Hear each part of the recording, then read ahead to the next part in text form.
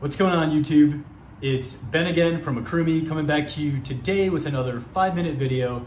And what we're going to cover today is a little bit more of a beginner topic, and it's basically the different strategies for selling on Amazon, the pros, the cons, and who I think each strategy is best fit for. So before we get into it, my name is Ben. I'm one of the co-founders of AccrueMe, and AccrueMe is the leading business-friendly funding solution for Amazon sellers like many of you watching this.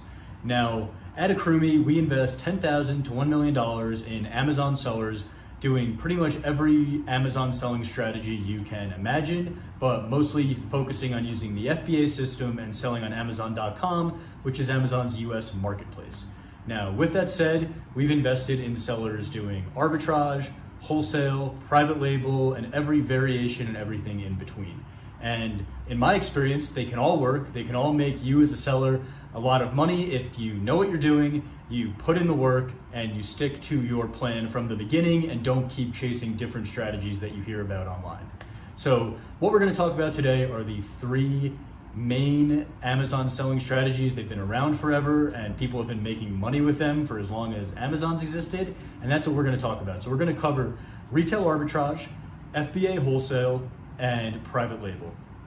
So to start, let's take a look at retail arbitrage. What is retail arbitrage? Retail arbitrage is essentially going around to retail stores, Walmart, Marshalls, TJ Maxx, anything that you can think of really, and looking for products that you can buy for less at this retail store and then sell it for a markup on Amazon. So those are a lot of times you'll see people walking around a clearance section of the Home Depot, scanning everything with their phone. That's what they're doing. They're looking to see what they can buy for $5 at Home Depot and sell for $50 on Amazon. So the good thing with that strategy is it's super easy to start. You can start with as little as like $50 and you can quickly make a little bit of money. So that is kind of the pro, and that's also the con, right? So it's really easy to start with small amounts of money and make small amounts of money, but it's really difficult to scale once you get to a certain point. It's difficult to make a full-time income with retail arbitrage unless you have a really complex operation and a lot of people working for you, or if you're out there constantly going to stores. So, that's really, if you're thinking about starting on Amazon and you have like no money at all, and if you investing, $50 and making $100 in a few weeks is something that would help you, and that extra $50 is going to mean a difference for you, then retail arbitrage is a great place to start. It's a low upfront cost. It's basically just how much work are you willing to put in to go to stores and look for clearance items and keep scanning and scanning and scanning until you find something. And it's a great option for you if you just don't have really any money to get started with. The issue again is the scalability. If the reality is, if you go to a Marshalls, right, you might find 10 of a product and it might be $100, $10 each to buy them, but you can only buy 10 and then you can sell those 10 on Amazon. But if you want to find more stock, the only way to get more stock is to go to another Marshalls and then another Marshalls and then another Marshalls. So to get 100 units to sell on Amazon is going to be a lot of your time basically hopping around from retail store to buy inventory. So those are the pros and cons of retail arbitrage. And again, if you just need to make a few bucks, it's a great place to get started. Okay, so the next model we're going to talk about is FBA wholesale. And this is personally my favorite model. This is what I started doing. This is what I still do today. And I really like this model. So FBA wholesale is essentially buying products in bulk from authorized suppliers and then reselling them one at a time on Amazon. So for example, you might be selling coffee makers and you find an authorized supplier of Ninja coffee makers here in the US. You buy a full pallet load, a huge pallet of, let's say, 100 or 200 or 1,000 coffee makers. You send those 1,000 coffee makers into Amazon. Then you use FBA to sell them one at a time, prime, matching the buy box to Amazon customers. And you repeat that process over and over and over again. So that's what it is. That's where most of my experience is. Now, there are a few pros to this model, especially if you're new and thinking about getting started with e-commerce or Amazon. The first is going to be that you can get started with wholesale, the wholesale model. You could buy from suppliers with minimum order amounts as low as $200. And these are authorized, legit suppliers who will let you buy in bulk. I work with some suppliers that don't have any minimum order amount, and then I also work with a lot of suppliers that have a $200 or $500 or $1,000 minimum order, which means you can make a bulk wholesale priced purchase from these suppliers for, with a $250 investment. So it's going to be a little bit more money needed to do this than retail arbitrage like we just discussed. But for most people, $250, $500, $1,000. I mean, if you're living in the US or Canada or really any developed country and you don't have $1,000, then you've got some bigger problems than really trying to figure out how to sell on Amazon. And that's why, retail arbitrage might be a good fit for you. But so that said, very low cost to get started. The other thing is, like retail arbitrage, you're buying your products in the US and shipping them to FBA. So there's really no wait for you to get your products and start selling. It's just the weight of that logistics time from shipping from your supplier in New York to the FBA warehouse in New Jersey. So maybe 2 weeks really before you can actually start making sales and getting money. So it's quick and pretty low cost to get started. Now the next things are going to be related to just the startup risk and the time involved. So doing wholesale is really a pretty simple business, right? You don't need to know how to do marketing, branding, manufacturing. Really all you're doing is calling or emailing suppliers all day long, getting their pricing, analyzing, will this product sell well on Amazon? And if the history says it will, you buy it, you send it to Amazon, Amazon handles all the shipping and the fulfillment, all of that stuff, and you're good, you're making money. So it's a relatively simple business, low startup costs and quick to get going. And it's a little bit more consistent than private label because you don't have to put in all of that work designing a brand and marketing and importing your products from China. You're basically just turning money over and building and building and building and building. It's a much more consistent cash flow business than most private label sellers, especially when starting out. So the downsides of wholesale is, number one, you don't really control the brand or the supply chain, and there's really no benefit for you in investing and enhancing that brand, right? So let's say that you are selling Poland Spring water bottles for some reason on Amazon, and you're just buying those from a supplier, reselling them at a markup on Amazon. There's really no benefit or incentive or reason for you to put money into making the listings better or to drive marketing traffic or to get reviews.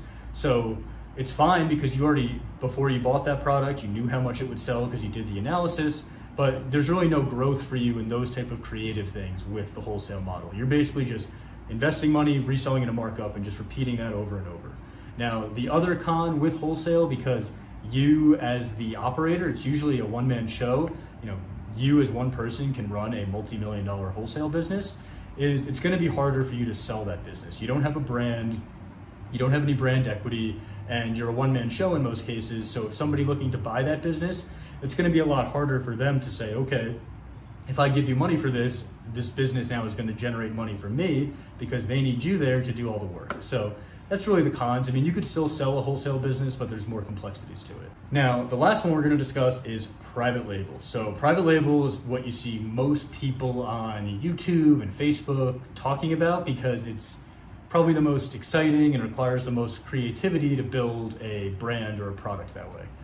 So what private label is essentially you start a product from scratch and build a brand and sell it on Amazon. So that means that you are responsible for manufacturing, usually in China or somewhere else overseas, importing the product to the US, quality testing the product, designing the packaging and the branding, building the Amazon listing with pictures and optimized keywords, and then doing marketing to try and get people to know about your product and come to buy it. So that's what private label is. It is definitely the most complex and involved out of the three models we just discussed. And really the big pro there is, number one, I mean, you will have some better margins if you do it right on some of your products. But the big one is that you're building a brand to sell and to exit at some point in the future. So with private label, it's not so much about just making money quickly and making money over and over and over again and building slowly your value. It's more about building a brand for the future that you can sell for millions of dollars. Now, the cons with private label, there's a lot. Because you're going for that big sale at the end, that big goal, the risks involved are greater. So first of all, to start a private label, it's gonna be a lot more expensive. I actually just launched a private label with a business partner who has a ton of experience with this, and it's basically costing us $50,000 and 6 months to just get it to market. Now, I'd say I've seen people start private labels with as little as maybe $10,000 to $25,000, and I've seen people spend hundreds of thousands of dollars to start a private label business. So that's the first thing. It's going to cost you a lot of money. The second challenge with it is it's going to require a lot of skill and knowledge, right? We just talked about how you have to basically know how to do everything, or spend a lot of money to hire people who know how to do everything to take your product from an idea to a production model to something that people are actually looking for, finding, and buying on Amazon.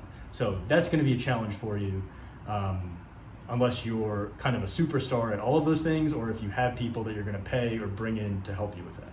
And then the last thing, kind of all related to that, is going to be the time to launch, right? So I just said the private label I'm working on with someone who's done this a million times before is taking us 6 months from conception to launch, 6 months and $50,000. For you, if you do it really quickly, it maybe is a 3-month process to get your product listed on Amazon, and then the fun starts, right? Then you have to start trying to get traffic, trying to get reviews and all of that stuff. So it's going to be a long time until you start seeing any money from private label, but again, you're doing it in the hopes of building a huge brand that one day you're going to sell.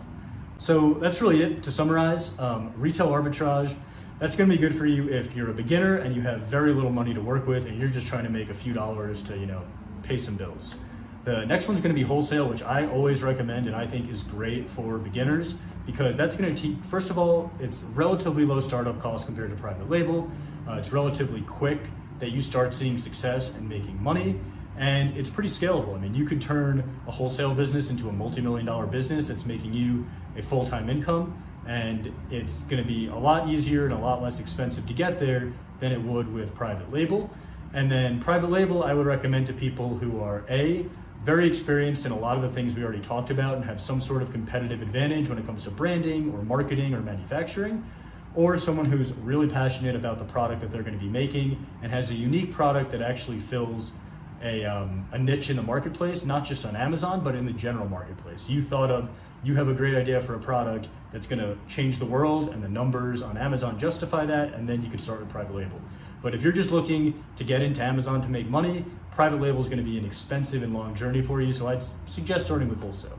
So anyway, this video was a little bit different than usual, a little bit longer and a little bit more geared towards people who are maybe like you, new and thinking about selling on Amazon. So if you liked it, click the like button, subscribe, and tell me in the comments what you thought. Should I do more videos like this? That would be helpful for me to know what kind of content you guys like.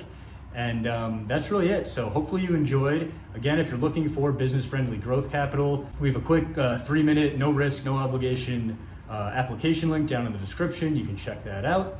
And thanks again for watching. I will see you on the next one.